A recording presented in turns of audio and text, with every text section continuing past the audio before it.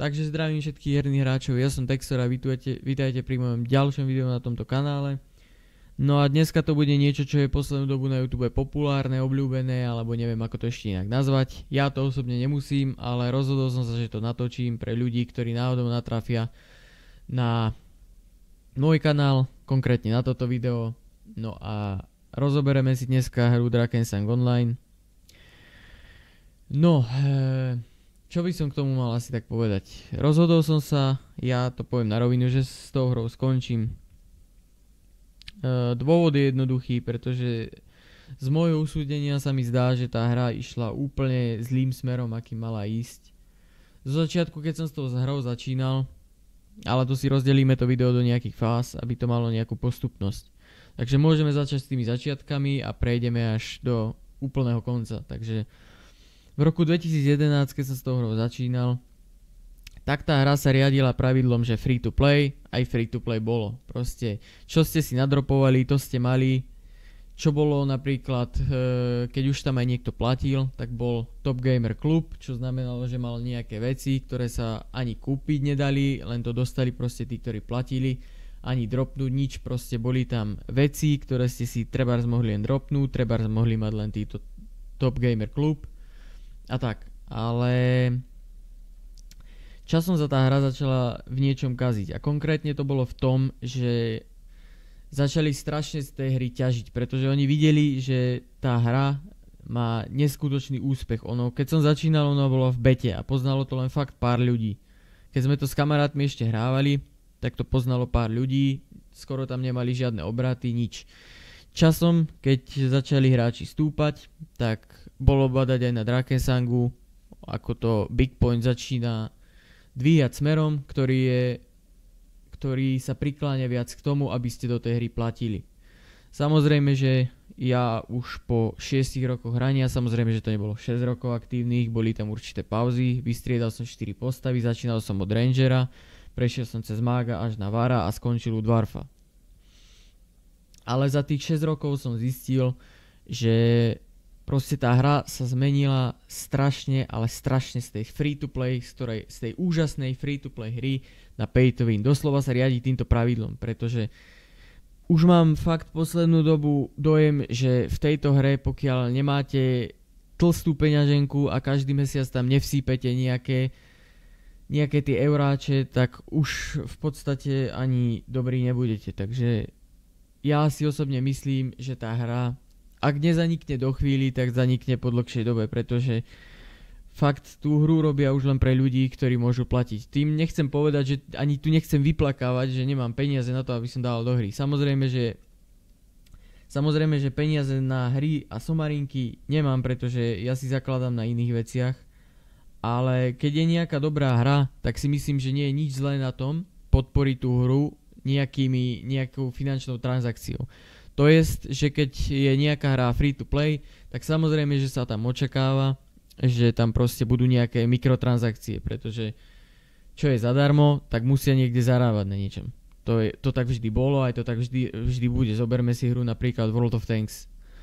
Je to zadarmo, je to free to play, ale samozrejme, že tam máte nejaké zvýhodnenia, máte tam premium účet, máte tam goldy a to sú vlastne tie mikrotransakcie. Takisto to je aj v Drakensangu. Na začiatku to bolo proste o tých mikrotransakciách, že ste to nemuseli, ale mohli ste. Dneska, keby ste chceli ísť hrať Drakensang, tak potrebujete podľa mňa už len kopec peňazí, pretože niekto si môže za tie peniaze urobiť dobrú postavu v priebehu 10 minút, čo tam napípa len kreditkou, a druhý človek, ktorý do toho peniaze nebude dávať, tak to môže robiť 3 roky a taký nebude. Samozrejme, že čakám aj komentáre pod videom, keď to niekto nájde, že tu vyplakávam, že čo je na tom, keď si niekto zaplatí na hre niečo. Ja proti tomu nemám absolútne nič. Kto má peniaze na to, aby dával do hry, nech si ich dáva, pre mňa nech si ich dáva kam chce. Moja starosť to nie je.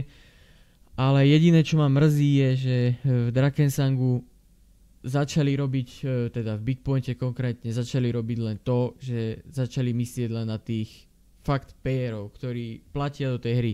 Oni už proste nerešpektujú to, že sú tam trebárs ľudia, ktorí to hrajú ako ja 6 rokov. Nie aktívnych 6 rokov, ale hrám to 6 rokov. Mám trebárs už len, že ten účet je vytvorený 6 rokov. A čakal som, že aspoň nejaké také drobné výhody budú potom, keď proste ste už nejaké hre 6 rokov, to je fakt, že dlhá doba a čakal som, že budú tam nejaké výhody, že proste budú tí hráči niečo zvýhodnení a tak, že tie staré účty budú proste takto, ale oni miesto toho, aby oceňovali starých hráčov, ktorí sa tam držia, tak oni robia z tej hry len to, že kto príde a hodí viac prachov, tak ten bude mať viac. Samozrejme, že v dnešnom svete to tak funguje, nevravím, že nie, ale nepáči sa mi, akým sa vlastne smerom vybrala táto hra, pretože vravím, bola to jedna úžasná, skvelá MMORPG hra, ktorá v podstate nebola náročná, dala zahrať v prehľadači, aj dodnes myslím, že sa dá. A to ma na tej hre fascinovalo, že bola proste, aj keď nebola nejaká graficky rozsiahla, aj keď si myslím, že nebola na zahodenie, proste na to, že bola free to play, bola graficky pekná a bola dobre spracovaná, nebola nejaká náročná na ovládanie, na grafiku, na nič proste. Lenže tá hra sa zmenila, ako vravím, nechcem sa opakovať, z free to play na pay to win a to ma na tom neskutočne štve. A po dlhšom úsudku sme s kamarátmi viacerými došli k záveru, že tú hru už nechceme ďalej hrávať, pretože nebaví ma proste soliť peniaze do hier, keď môžem si za tie peniaze kúpiť niečo rozumnejšie. Samozrejme, ako som už vravel, je to na každom, či si to kúpi alebo nie. Nikoho to nenútia, lenže mám dojem, že Draken robí už presne to, že sa vás snaží len donútiť, aby ste minuli čo najviac peňazí. Samozrejme, že im ide o peniaze, pretože oni chcú na tom čo najviac zarobiť a obrátiť peniaze. A to ma na tom štve, že oni už nemyslia na to, že aký pôžitok z tej hry má hráč, ale na to, koľko za mesiac alebo za, čo ja viem, pol roka, rok obrátia. To je proste to, čo ma na tej hre štve a čo ma vlastne donútilo z tej hry odísť, pretože ako vravím, nechcem podporovať už tú hru a nebaví ma to už vlastne stále, že tie navyšovania levelov budú pokračovať a ono to bude všetko stále drahšie a drahšie a budú chcieť stále viac a viac peňazí. Ja to už vidím, pretože vidím to na tom pokroku tej hry. Takže ja som sa rozhodol s tým skončiť. No a z mojou postavou ešte sám neviem, čo urobím. Možno, že to niekomu predám, ak to bude chcieť. Neviem. Ešte sám fakt neviem, čo s tým urobím. Ale určite sa už do tej hry nikdy nevrátim. Našiel som si novú. Volá sa Path of Exile. Teraz ju máte konkrétne na tejto obrazovke. Je to taktiež MMORPG. Neviem, čo by som k tomu dodal. A je to free to play. Doslova free to play. Pretože v tejto hre jediné, čo si môžete kúpiť, ako vidíte toho typka za mnou, tak sú skiny, ktoré vám nič nepridávajú, jedine vám zdokonalujú vzhľad postavy. To je celé. Takže tu peniaze žiadnu rolu nehrajú. Práve preto sa mi práve preto som si túto hru obľúbil, pretože vidím, ako to tu funguje a že tvorcovia práve prikladajú ruku k tomu, ako sa hráč cíti, aby mali na tom nejaký obrat. Samozrejme, že aj na tých skinoch niečo zarobia, ale viac sa prikláňajú k tomu, ako sa hráč v tej hre cíti a majú väčšiu komunikáciu s ním ako sám Big Point. Ako je mi ľúto, že sa Drakensang takto pohnojil, ale stáva sa to. Stáva sa to zväčša s každou free-to-play hrou. Takisto už ani World of Tanks nie je to, čo bývalo. Samozrejme, že je to dobrá hra, ale napríklad ma už nebaví tak, ako ma bavila takedy. Ako vravím, časom možno sa to stane aj s touto hrou, ale ja verím, že nie, pretože táto hra sa už na free-to-play drží.